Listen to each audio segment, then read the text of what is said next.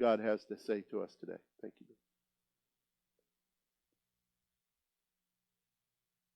Good morning. We're very happy to be here with you today.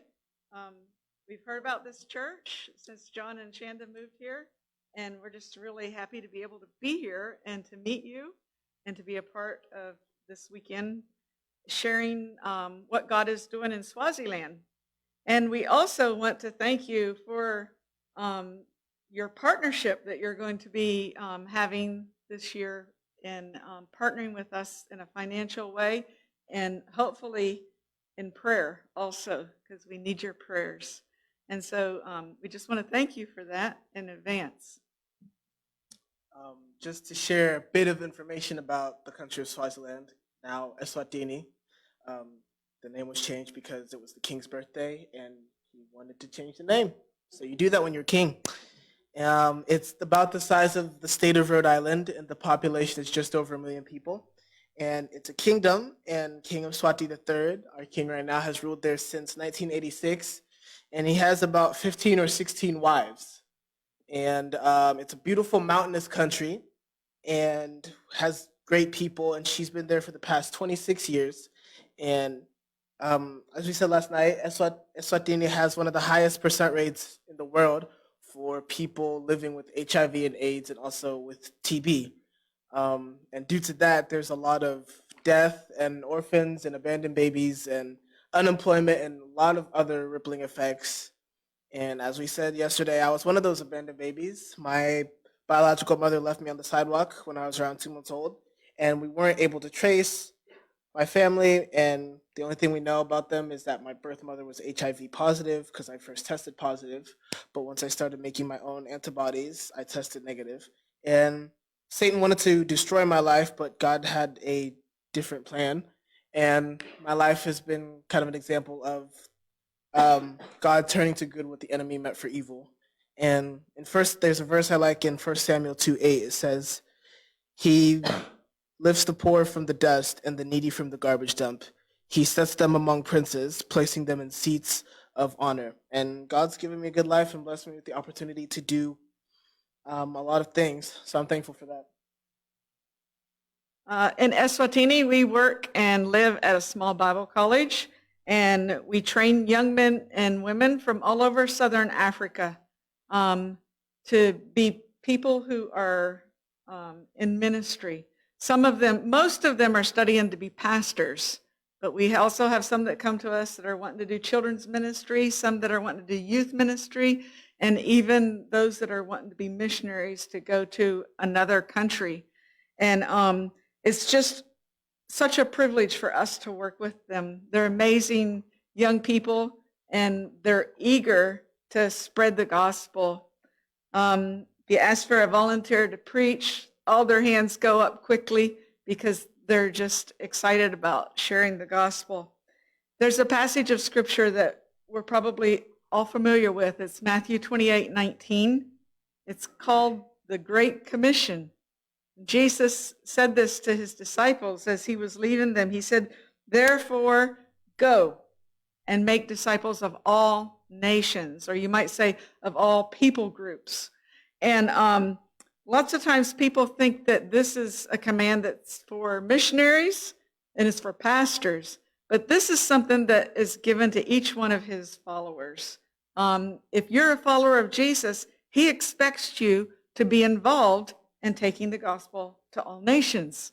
And I like to think of missions as being God's family business. And he wants all of his children to play a part in the family business, all of his children to work for him. There's a well-known author and speaker, his name is John Piper, and this is what he said about this verse. He said, we have 3 options. We can go as missionaries, or we can send others to be missionaries, or we can disobey. Those are our 3 options. So we as Christians, we need to either go, or we need to either be a part of sending others to go. And the neat part about it is one is not more important than the other. I don't believe that I'm going to get a greater reward than you are if you're playing the part that God has asked you to play in sending. And a missionary can't go unless they're sent. And you might be familiar with that passage of scripture. How can they hear unless somebody goes and tells them? And how can that person go and tell them unless they've been sent? And so we have the option of going, sending, or disobeying. I just commend you here at this church for the part that you're playing in sending. You are being involved in the Great Commission through sending missionaries and through praying for missionaries.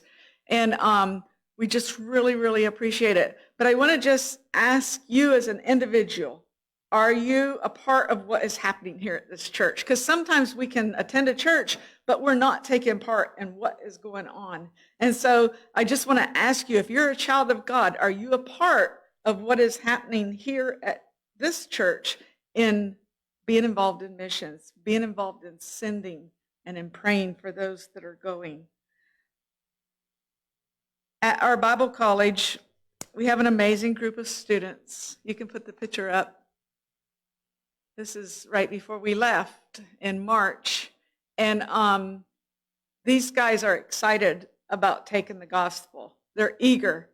They like to preach. They like to witness. They like to share. And I wish that you could meet them and just get to know them. I wish that we could bring them with us when we come, but we can't do that. But we want to share with you a story about one of our graduates, our recent graduates, and what God has been doing through her. And we're just going to share the story, her journey of how she came to know Christ and that. And her name is Dumsile. Oh. When Dumsile was 3 years old, her father sold her to a man that lives in South Africa, and he was to be she was to be his bride. She was going to stay with that man until she grew older, and then he was going to marry her.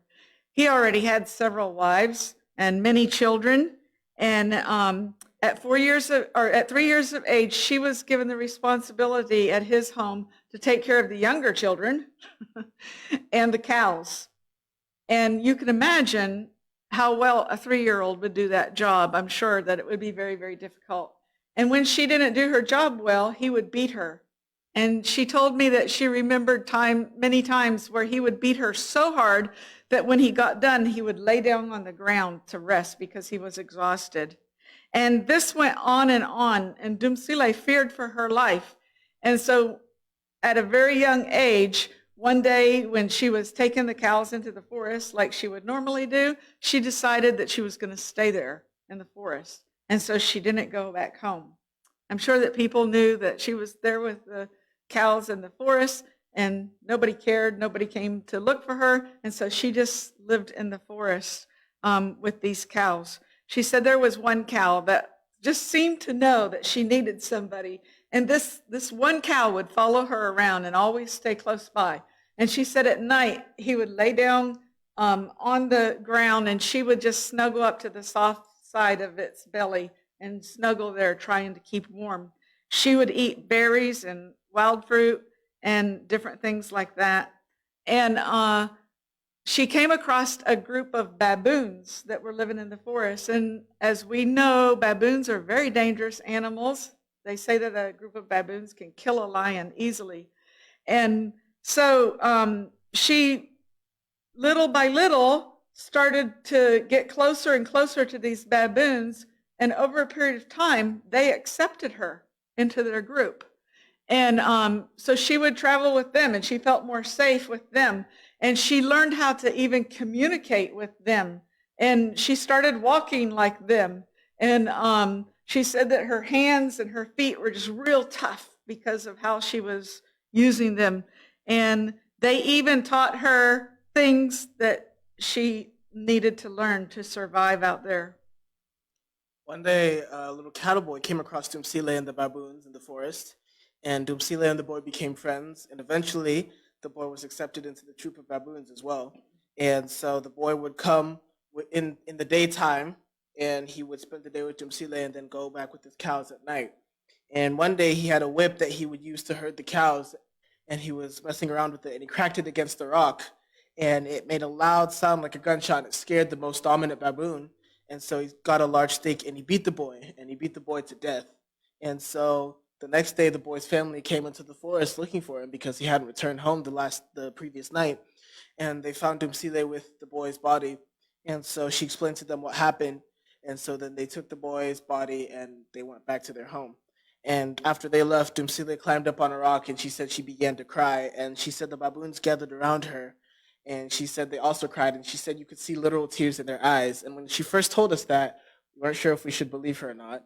But we looked it up, and it's a fact that baboons cry tears, as humans do. She stayed in the forest for 3 years, and she became very ill. She said that her belly was just real big, like you see now malnourished children, and she said her hair and her skin was a mess, but she was also just very sick. You could imagine living that way for 3 years. And she knew that she needed more help than what she was getting there. And so she went back to this family, and she must have looked terrible because when they saw her, they took her right away to a clinic. And when she got to the clinic, she was airlifted by helicopter to Durban, which is a large city in South Africa where she could get medical treatment. And God gave her a Christian doctor who just really took interest in her, and he was the one that treated her. And he asked her many questions, and over time he was getting bits and pieces of her story because he knew something wasn't right, what happened to this girl. And so when it was time for her to be discharged from the hospital, she called that man that had bought her, and he said, I'm giving you 3 days to get this girl back to her real family in Swaziland. If you don't do that, you're going to be reported.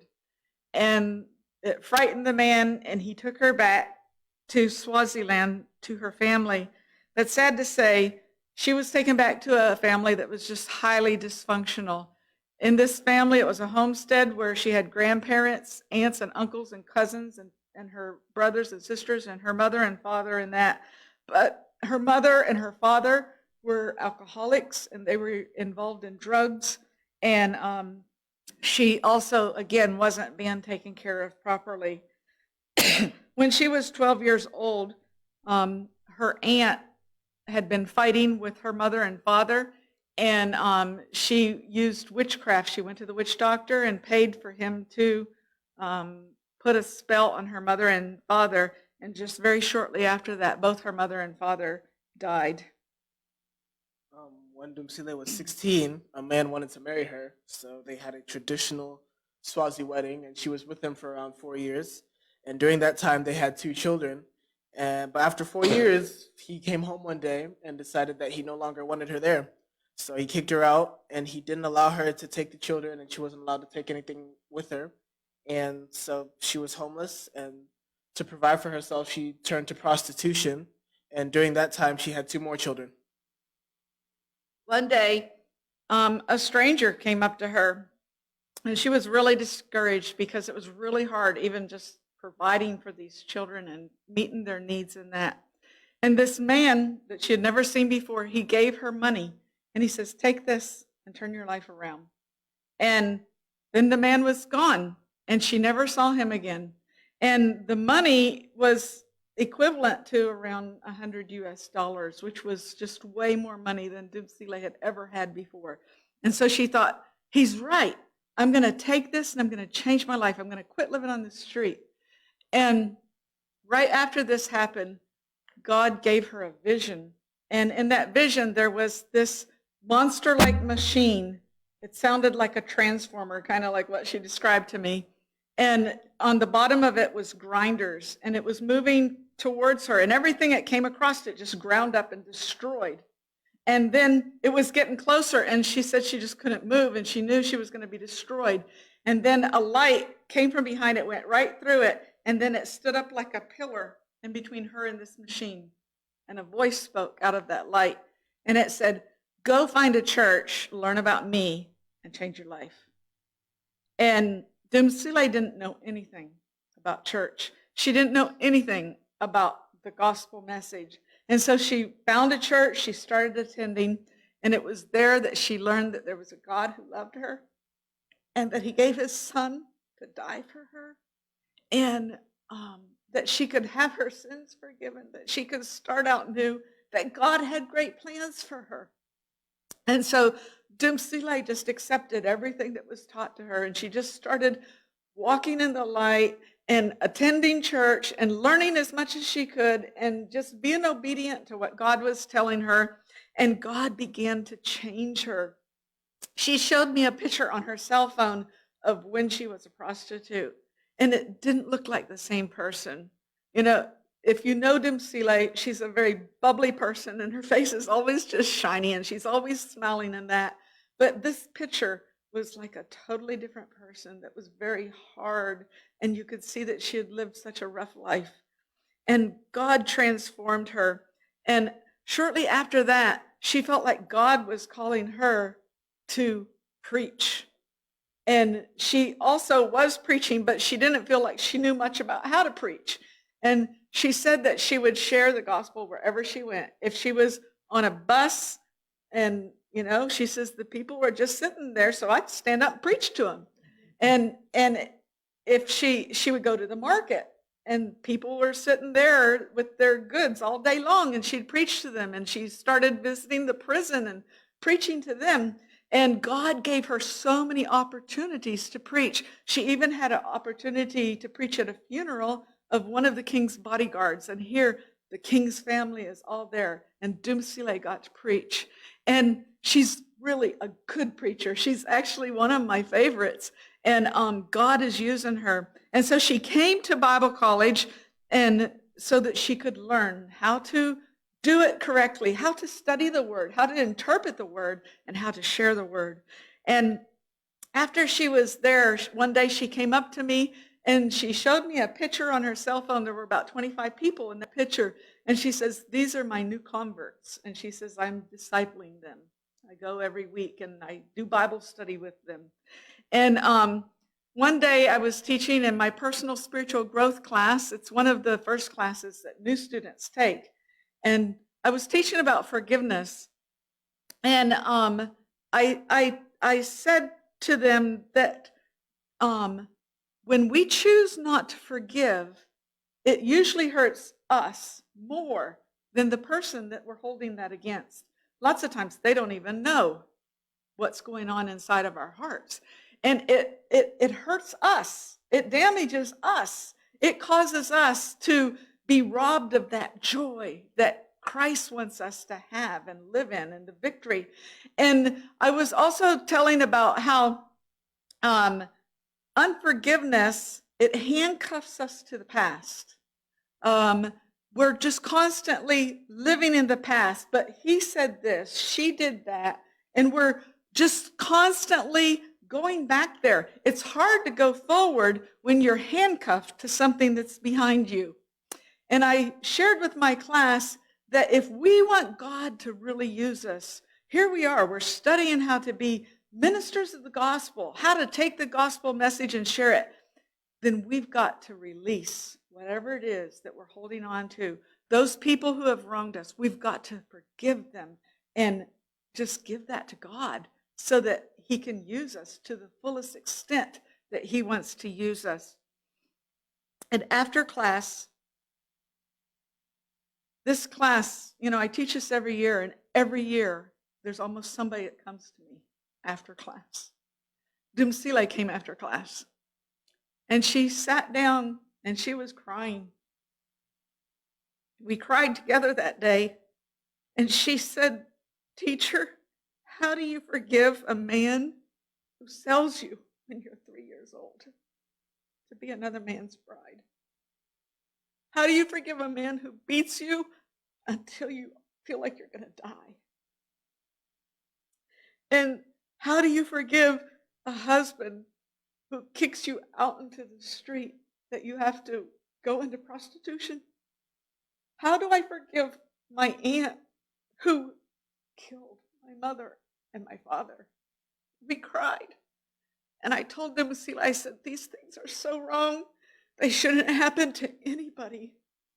But because Jesus can forgive us. He can help us to forgive others. Dumsile prayed that day, and she cried.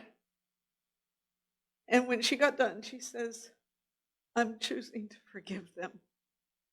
And God did something that day because Dumsile was released of that bitterness and the grudges that she was carrying around in her heart. God took those things and it released her for even greater ministry. Dumsile graduated from the Bible College 2 years ago, and last year she was chosen among other Swazi pastors to take a trip to Israel. And she said she had a great time, but she said that her favorite place was Golgotha, where Jesus died. And she said that when she got there, she kept telling herself that she had to hold it in because there were a lot of people there and not to show a lot of emotion. But as she stood there thinking about Jesus' death and what he did for her there, she said she just couldn't hold it in any longer, and she started sobbing. And she sobbed thinking about what he did for her, and soon her tears turned to praising, and she was just praising and worshiping right there, and she didn't care who was watching. But last year she planted a church in a very remote area of Eswatini, and she takes a bus ride. She takes a bus and she travels 6 hours by bus, and then after she travels by the bus, she walks another 30 minutes. And she had found a shortcut, and so she was using the shortcut that she found one day, and she turned the corner, and there next to the path, there was a large python there, ready to strike. And so thankfully she saw it in time, and she backed out of there, and she took the long way around from there on out. And the place where she was planning the church, she was just given a one-room house to stay in, and had nothing but a small, thin sponge mat on the floor to sleep on, and there was no electricity and no running water. But we never once heard her complain. She was just so happy that she was able to share the gospel with the people in that community, and she gives glowing reports of what God's doing there. Recently, she was able to baptize 15 new converts, and her work there hasn't been easy. She's had a lot of opposition from the local leaders, and which include the witch doctor and different pastors of churches, but the churches that they pastor are false religions. And so recently, someone in the community served her cookies, and she got really sick after eating the cookies, and she found out that the person who had made the cookies put small pieces of steel wool in the cookies to try and kill her.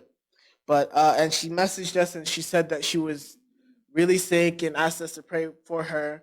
But God healed her, and she's back at it, and she's just so happy, and she's sharing the gospel with the people in that community.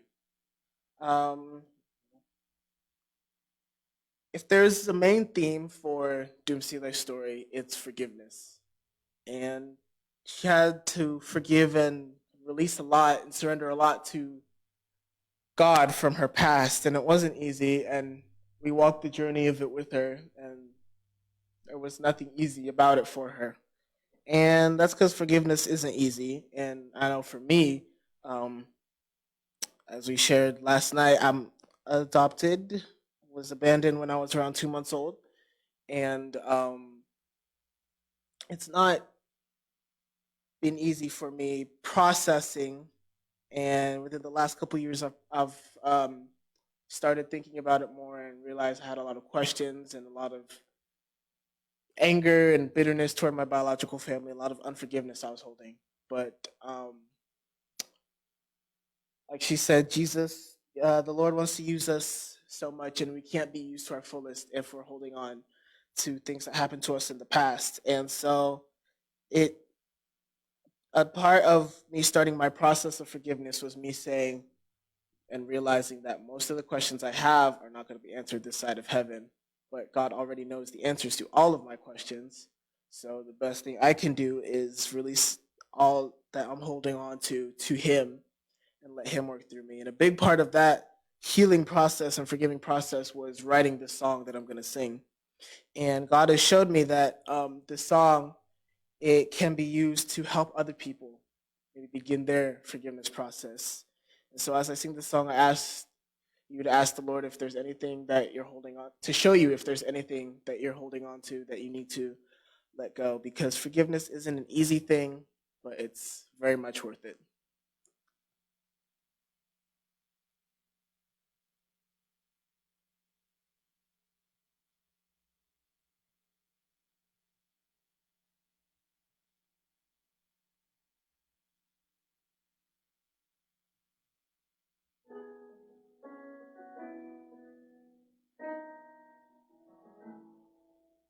If I were to write a letter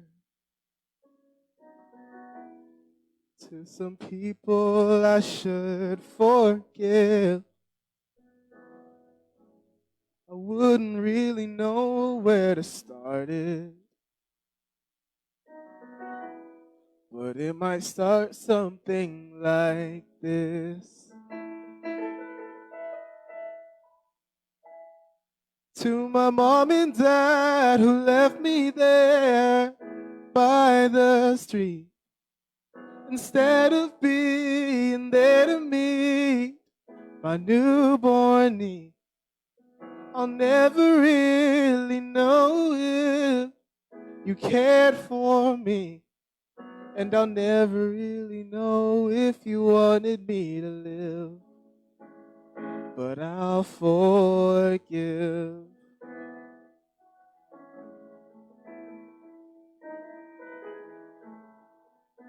I hope you know this isn't simple. I still struggle with this past. And even though every day is better,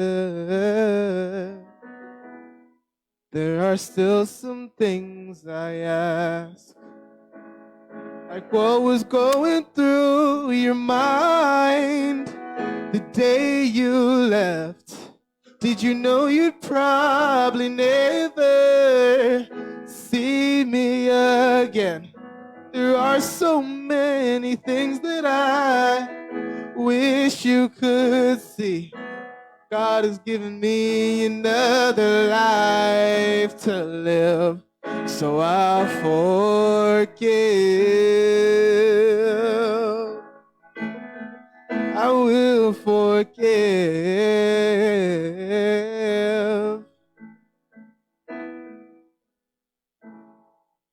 I'll never fully understand how you left me like you did. But what I do fully understand is that God had a plan for it. So even though I don't know who you are, and dealing with all of this is really hard, I have a dad who gave his son to die for me on a cross. I have a dad who gave his son to die for me on a cross. His death has given me a second chance to live. His death has given me a second chance to live.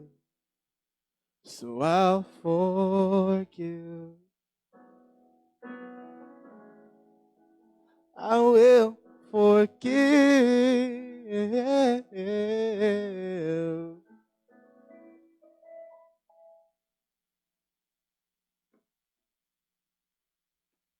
We just want to thank you once again for allowing us to come and to share. And we pray that God will bless you as you allow yourselves to be used by him in being part of the Great Commission. Real quickly, we just want to go through some pictures that we can show you that will just give you a glimpse into our life. This is one of the classes that I was teaching. And this is our students in the library studying. And this was a computer class for our students. They're required to type their papers and that. This is a group of boys in my community, and I've been able to connect with them through playing soccer and develop good friendships with them. And we've had Bible studies together, and I've just had a lot of fun. And it's been a great opportunity for me to invest in their lives. And we started a soccer team together, which was really fun. And I also play soccer on my church soccer team. And we won the league that we were in, and this is us celebrating, lifting our pastor. Christmas time in Swaziland is in the middle of summer, so it's really hot. But somehow I always end up in a Santa suit. And we like to remember widows and different families in our community and give them gifts. And I usually scare a baby or two, but it's all fun. I'm involved in helping with planning and running the chapels.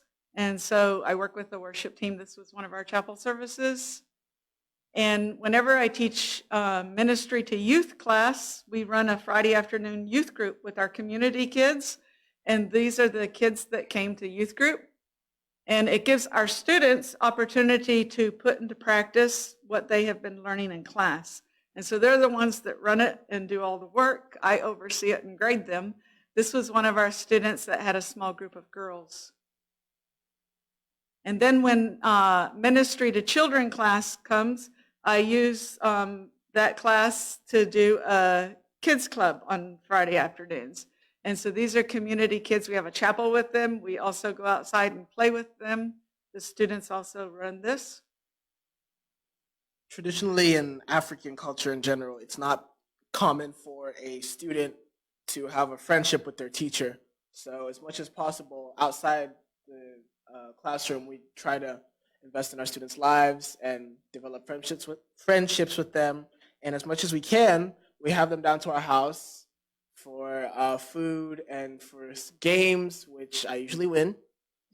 And we have a lot of fun together, and we try to celebrate their birthdays because a lot of the times when we celebrate their birthday, it's the first time they've ever had their birthday celebrated in their life. So we bake them a birthday cake and celebrate their day. Sometimes they don't even know their birthday, so we just give them a date and celebrate it. This past term, I spent a lot of time working with a couple ladies that were wanted to learn to sew, and they were able to sew and make things that they could sell so that they could send their children to school, because school is not free in Africa. Even government school, you pay a lot to go to that. And so this was something that helped supplement their income so that they could send their kids to school. And I also kind of oversee and plan lots of the different extra activities at the Bible College. This was a graduates dinner, and this was a missions conference breakfast. We have a missions conference every second semester. It's a week long, and our students also make faith promises, and it's total faith when they make a faith promise, because lots of times they don't have soap or toothpaste, but yet they will make a faith promise commitment, and we send that to some field outside of our area. And also at the end of every school year, we have what we call a pastor's camp. Pastors come in from Southern Africa. Lots of our graduates come in, and we do a pastor's camp to encourage them. And my brother Bob, he comes every other year with a team from the U.S. that leads that for us. We like to get work teams, and we invite your church to put together a work team and come visit us. But this was a work team from Maine. When a work team comes, it's a lot of extra work, but it's well worth it. And I oftentimes oversee those teams when they come.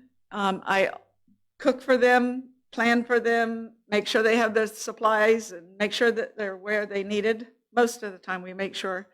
The last time Bob was there, we forgot the preacher at home. We got to church and we were like, where's Paul? I do lots of counseling with our students and even people in the community that I've gotten to know. That I do a lot of that. And this was actually Dumsile that I was praying with. I also, each one of the staff people have a small group, that accountability group, and we do a Bible study together once a week. And at the end of each semester, I always take that group out to eat, which is a very big thing for them, and that's what we were doing here. in the summertime when school's not on, we still try to be involved in our students' lives. And so we visit them at their homes, and this is us at one of our students' homes with his family. And this is another one of our students at their homes, and they were showing us around. And to get over the fence, we had to cross this makeshift bridge. That was an interesting experience. And this is Muzi. When he's not at the Bible college, he stays with his grandmother, and he has a chicken project, and that's how he earns money. And he recently got engaged, so we're really excited for him. When school is out at the Bible college over the summer, I try to get involved in some extra things that I don't have time for when school is open. And so that's around Christmas time, our summertime. And so every year I've been helping our local church there do their Christmas program. And I had about 80 kids last year, and this was taken from that. I also, in the summertime, we will get chances to visit churches that our students are pastoring, and lots of times they'll ask me to speak, and that was at one of our students' churches. We enjoy the wildlife in Southern Africa, and we have a lot of game reserves that we enjoy going to. Like she said last night, Kruger National Park, if you come, we'll take you there. These are some pictures we've taken, and this was a newborn elephant. It was just a few hours old, and we were the only ones there. Bob and Cindy were with us, but Bob decided to sleep, and so he missed it. And this is, we had some close encounters. If not for me, she would be dead because she's not smart when it comes to situations like this sometimes. Sometimes. Our window is rolled down just a little bit, so I don't think a lion could get through. It can break the window. Anyway, so yeah, these are some other pictures that we've taken. And we enjoy the leopards. I think that's her favorite animal to see. So yeah, if you come, we'll take you there. This last picture is of our new principal that we got just at the beginning of this school year. And we were needing a principal and praying and thought it'd be somebody from Southern Africa, and God sent us somebody from Kenya, which is very far from us. This is Joshua and Gloria Azakiwe and their two sons. And they're just wonderful people who are great leaders and just really sharp. And I think God has equipped them to really take the Bible college forward. However, we have a problem. They were denied their visa. And so the college has appealed that. We're waiting to hear the response for that. So we're just asking you to please join us in prayer that God will make a way for Joshua and Gloria to stay with us and to be our principal. Thank you once again. May God bless you.